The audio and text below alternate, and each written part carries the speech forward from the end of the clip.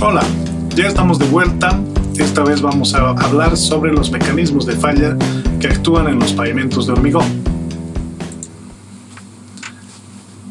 Inicialmente vamos a estudiar un poco qué son los fenómenos que afectan al desempeño de las losas y cómo hacen que éstas se comporten y posteriormente presenten fallas. El principal problema que sufre el hormigón es la contracción por secado de su superficie, lo cual genera una curvatura en las losas por la misma contracción, debido a la diferencia de volumen que se genera entre la parte más alta de la losa respecto a su base. Como podemos ver en esta imagen, el hormigón, cuando es vaciado en estado fresco, tiene un perfil de humedad constante.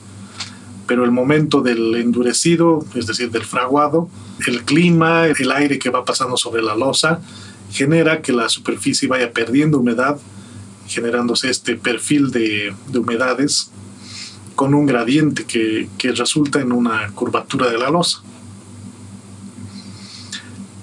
A medida que pasa el tiempo, esta diferencia en la humedad entre la superficie y la base se va haciendo cada vez más grande, lo que genera que la curvatura vaya creciendo hasta llegar a un máximo, dependiendo de las condiciones climáticas. El problema en el caso de los pavimentos de hormigón es que el hormigón es un material poroso, que tiene una red de capilares y que retiene agua dentro de su estructura. Entonces, ante la acción climática del calor y del viento, se produce una pérdida de humedad en las superficies, principalmente del hormigón, que va afectando a la capa superior del mismo, debido a los fenómenos de evaporación y transferencia de humedad. Estos fenómenos actúan a lo largo del tiempo, generando la contracción de la superficie de la que estamos hablando. Entonces, ¿cuál es el problema en Bolivia? El clima en Bolivia depende de la región y es bastante variable.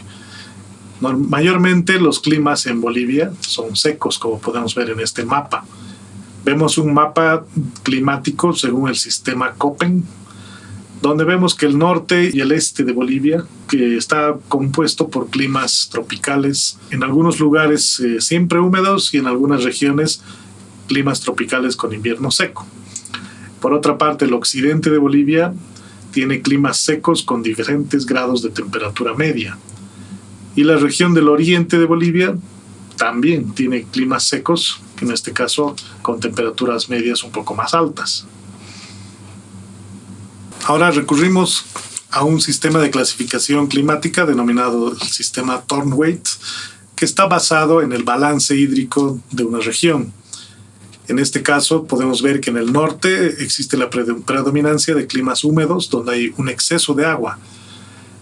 En el centro de Bolivia, en la región denominada el Chapare, existe un clima muy húmedo o perhúmedo, según se clasifica con este sistema, correspondiente a un bosque lluvioso con una alta tasa de precipitación. El oeste, la región occidental, tiene climas secos con una falta de agua muy importante, así como el sur de Bolivia. Entonces podemos ver que una gran parte de la extensión del territorio se desarrolla en zonas donde existe un déficit de agua. El balance hídrico es negativo. Y si recurrimos a un mapa de la red vial, vamos a ver que la gran mayoría de las carreteras de Bolivia se extienden a través de regiones con un balance hídrico negativo, es decir, las regiones secas, ¿no?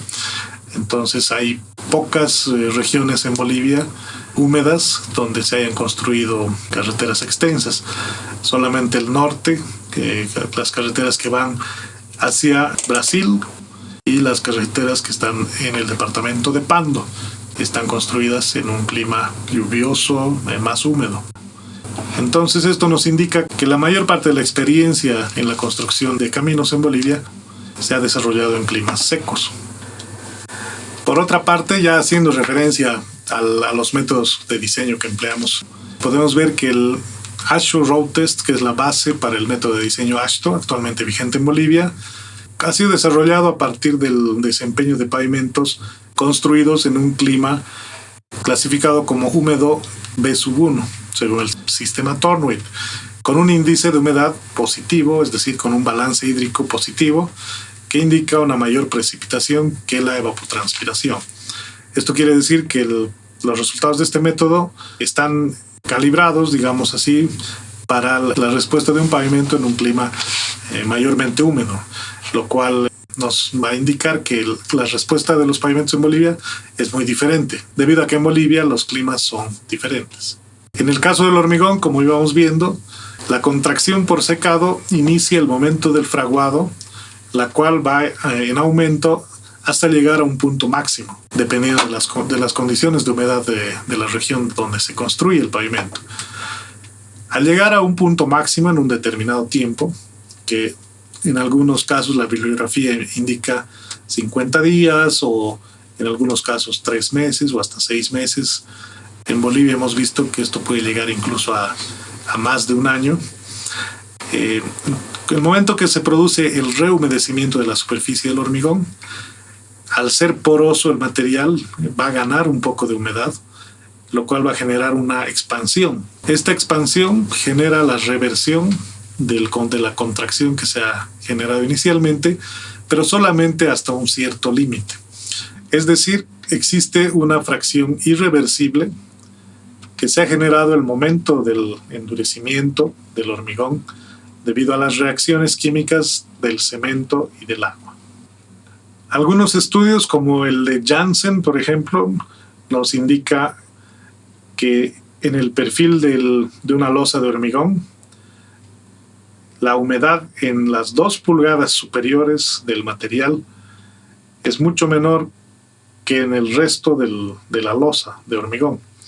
Esto confirma lo que habíamos estado diciendo acerca del efecto de la evaporación y de la pérdida de humedad en un determinado clima, lo que hace que las superficies expuestas del hormigón se vayan secando en el tiempo, a diferencia del fondo de las losas, que están en contacto con la base y que no pierden tanta humedad.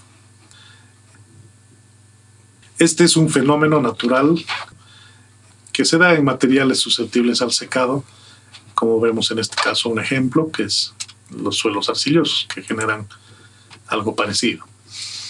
En esta imagen podemos ver una representación de la curvatura que se genera en las losas por la contracción por secado. Entonces ya decíamos que esto es una diferencia volumétrica entre las 2 pulgadas superiores del hormigón y el fondo de las losas, que se mantiene con un mayor volumen. Esto genera que los bordes y las esquinas de los paños se eleven, como podemos ver en esta imagen, que es una representación de un modelo en 3 dimensiones con elementos finitos. En este caso se ha simulado la contracción de la superficie, lo que genera el alabeo y curvatura de las losas, mostrando también la presencia de los vacíos que se van formando al elevarse las esquinas y los bordes. ¿Cómo podemos medir el alabeo? Se han desarrollado algunas formas, algunos métodos que se han ido dando a lo largo de los años, como por ejemplo el uso de topografía estática o también el uso de lienzas para medir la diferencia de altura entre esquinas y el centro de las losas, como podemos ver acá. Una losa vista en elevación que presenta una curvatura cóncava. Se puede trazar una línea imaginaria entre las esquinas y calcular la diferencia de altura de estas con el centro de la placa. Esto se ha hecho durante varios años en Bolivia en diferentes tramos experimentales, en secciones de prueba que han ido haciéndose el seguimiento con la ayuda de algunas entidades como el Instituto Boliviano del Cemento y del Hormigón, algunas empresas cementeras, algunas constructoras también. Como vemos acá, la medición de las esquinas y el centro se hace con instrumentos de topografía de precisión. Lo ideal es emplear niveles electrónicos con una precisión del décima de milímetro. Se miden las esquinas y el centro de varias losas en diferentes horarios para poder captar el movimiento o la deformación que va cambiando a lo largo del día y también a lo largo de las temporadas secas o temporadas húmedas de un determinado tramo. Acá vemos algunos resultados de estas mediciones. Por ejemplo, una sección de prueba en Santa Cruz, donde se tiene 3 tramos testigo que muestran mediciones hasta los 180 días en el caso que tiene mayor cantidad de datos, y donde podemos ver que la diferencia entre esquinas y centro llega hasta los 3.4 milímetros desde el momento del fraguado, en el que la losa está totalmente plana. Acá vemos otro tramo testigo en el Chaco, por ejemplo, donde se puede ver que desde el momento del fraguado hasta los 21 días ya se tenía más o menos la misma magnitud que se había medido en Santa Cruz, pero en un periodo mucho más corto, ¿no? Llegando a los 3.5 milímetros aproximadamente, debido a que la zona es mucho más seca que la anterior que mencionábamos, ¿no?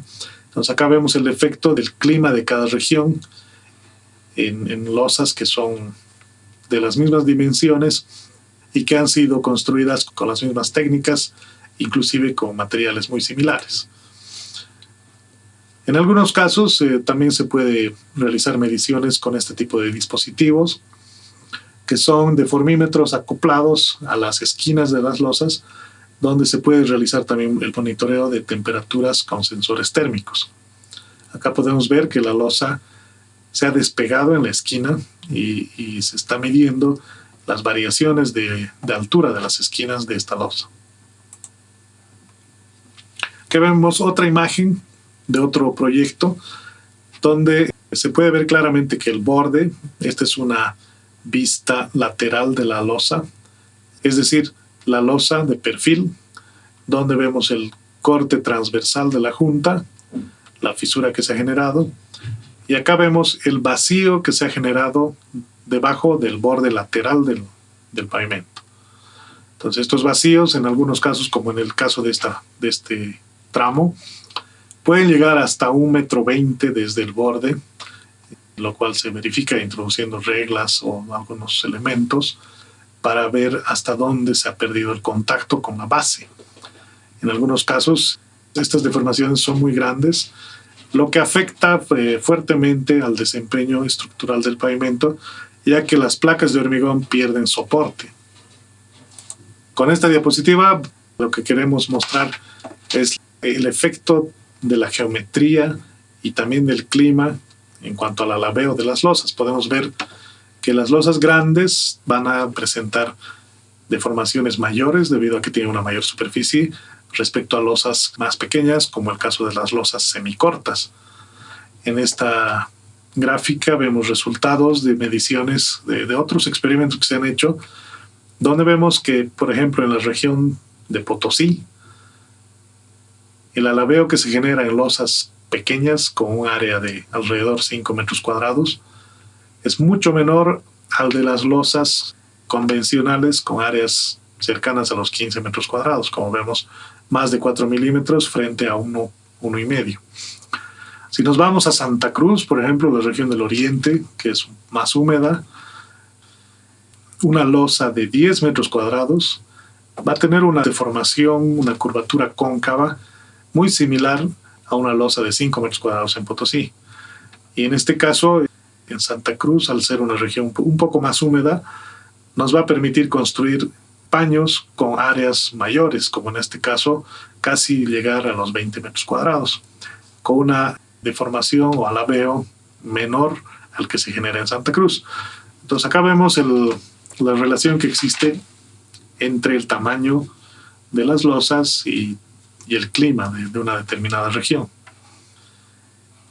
Entonces, una vez que hemos hablado sobre la curvatura, lo que decimos normalmente alabeo de las losas, vamos a empezar a analizar cómo este alabeo genera fatiga debido al mecanismo de deterioro estructural que se origina ya durante el funcionamiento del pavimento.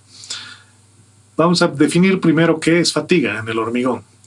Este mecanismo es un daño estructural interno que se presenta como un proceso de propagación de microfisuras que se han generado internamente en el material, debido a una cantidad de ciclos de carga y descarga en las losas. La propagación de estas microfisuras va a producir eventualmente la fractura del material en su sección completa después de millones de repeticiones de carga, o en algunos casos, como ha sucedido en el occidente de Bolivia, con pocas repeticiones de carga debido a las condiciones de soporte y de nivel de cargas que se han aplicado. Inicialmente, la fisuración transversal que se va a generar debido al alabeo cóncavo se origina cuando tenemos este tipo de deformación, es decir, curvatura cóncava en las losas, y las cargas del tráfico se concentran cerca de las juntas transversales. Esto genera que las cargas se apoyen sobre los bordes que no tienen soporte, como vemos acá, los vacíos debajo de las losas, generando un efecto de flexión en esta losa que va a esforzar la fibra superior de la misma, generándose una concentración de tensiones en el centro, a la mitad de la distancia entre juntas transversales. Esta concentración de tensiones eventualmente va a llegar a fatigar el material, produciéndose la fractura de toda la sección y generándose lo que vemos en esta imagen, conocido como fisura o grieta transversal. Acá vemos una simulación con un programa de elementos finitos que nos permite ver un resultado del caso que hemos estado mencionando. Cuando se aplican las cargas de un camión estándar sobre una losa, vemos que la concentración de esfuerzos en la cara superior de la losa va a estar cercana al centro de la placa, a la mitad de la distancia entre juntas transversales, lo que va a generar la fatiga en este punto para que luego generarse la fractura de la placa. Acá vemos algunos ejemplos. Luego vamos a estudiar con mayor detalle cómo se clasifican estas fallas de acuerdo a la tipología específica de cada una. Pero acá podemos mencionar inicialmente que estas losas están fracturadas y subdivididas por el proceso de fatiga del material debido al proceso de alabeo combinado con cargas. En este caso, inicialmente las losas se han fracturado de manera transversal y a lo largo de los años se ha ido generando un segundo proceso secundario de fatiga en el sentido longitudinal, llegando consecuentemente a un estado de losas subdivididas. Existe un segundo mecanismo de fisuración transversal que genera la rotura en el centro de las losas, pero esta vez iniciado en la cara inferior de las placas, que normalmente se produce por la presencia de vacíos debajo de las losas. En este caso, cuando se genera una curvatura convexa o si se tienen vacíos debajo de las losas del centro y se aplican las cargas de tráfico pasando sobre el centro de las losas, se produce una concentración de esfuerzos en la cara inferior debajo de la carga, lo cual va a generar un proceso de fatiga también en el material que después de varias pasadas o repeticiones de carga va a resultar eventualmente en la fractura de la sección, produciéndose la grieta transversal, como podemos ver en esta imagen. Otro mecanismo del cual ya hemos estado adelantando es la fisuración longitudinal que se da en la cara superior debido al alabeo cóncavo. En este caso vemos un corte del pavimento, perfil transversal de una sección. Si vemos un camión visto de atrás o un corte transversal del camión, vemos que las cargas se van a aplicar en el eje o en los ejes del vehículo, lo cual va a generar el mismo efecto de flexión en la losa debido a que el centro de la misma está apoyado sobre la base y los bordes están elevados en cierta medida. Esto va a generar la concentración de esfuerzos en la cara superior por la misma flexión del hormigón que va a resultar en la acumulación de fatiga en la placa y también en la rotura en toda la sección del pavimento.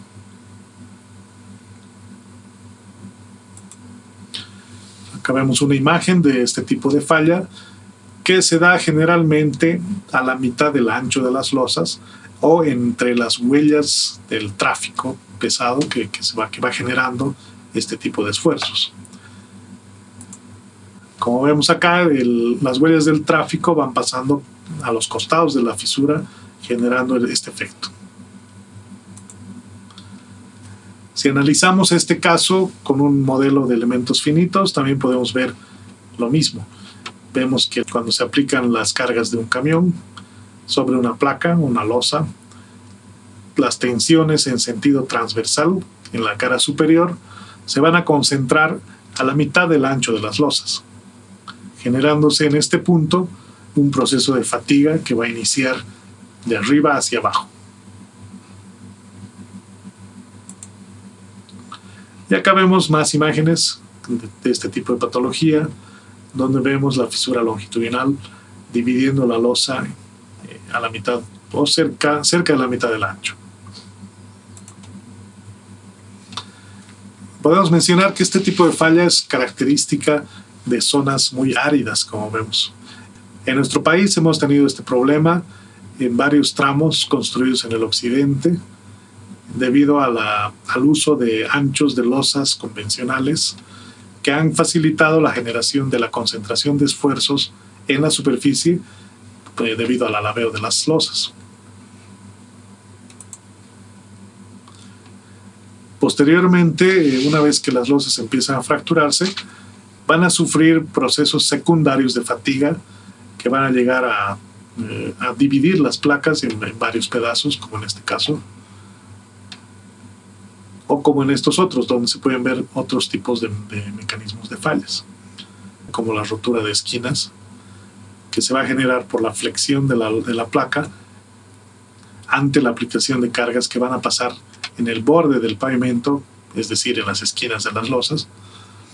En este otro caso vamos a ver una losa severamente subdividida, donde se ven sectores con punzonamientos y otras grietas debido a la elevada cantidad de fatiga o de tráfico que ha pasado sobre esta sección.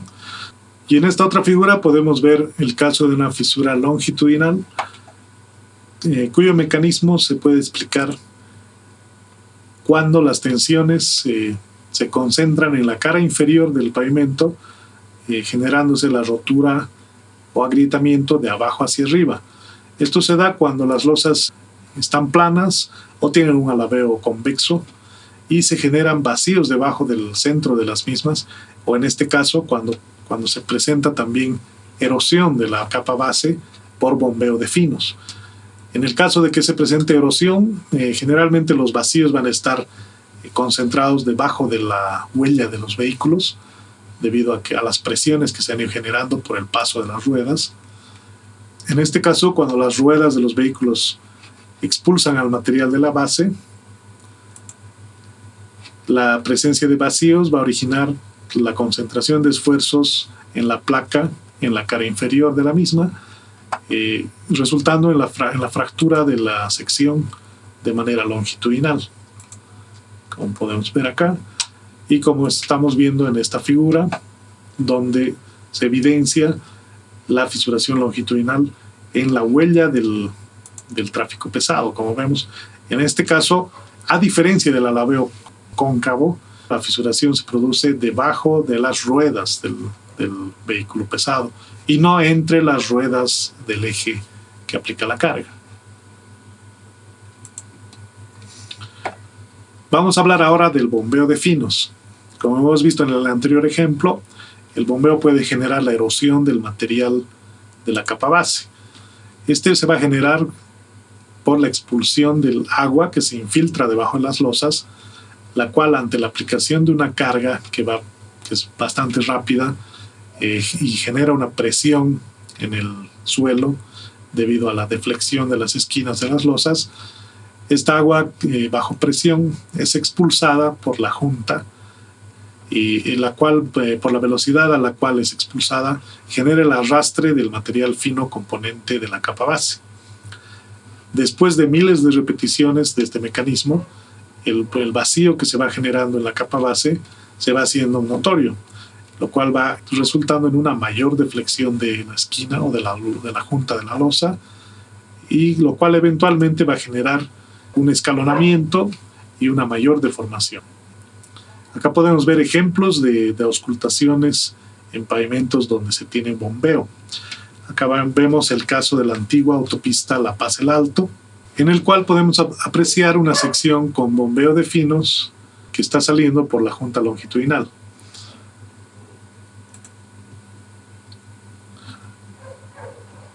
Como estábamos comentando, una vez que se generan diferencias de altura o vacíos debajo de las losas, y las cuales se combinan también en muchos casos con el desgaste del hormigón por los pasajuntas después de muchos años de servicio, se va a generar un escalonamiento o diferencia de altura entre placas que va a generar una sensación muy incómoda en el confort del usuario por el golpeteo de las ruedas al transitar y pasar de losa a losa. Como vemos, esta es una imagen típica del escalonamiento donde se va viendo una sección completa que ha ido perdiendo la regularidad en la superficie, lo cual va a ser un severo deterioro funcional del pavimento.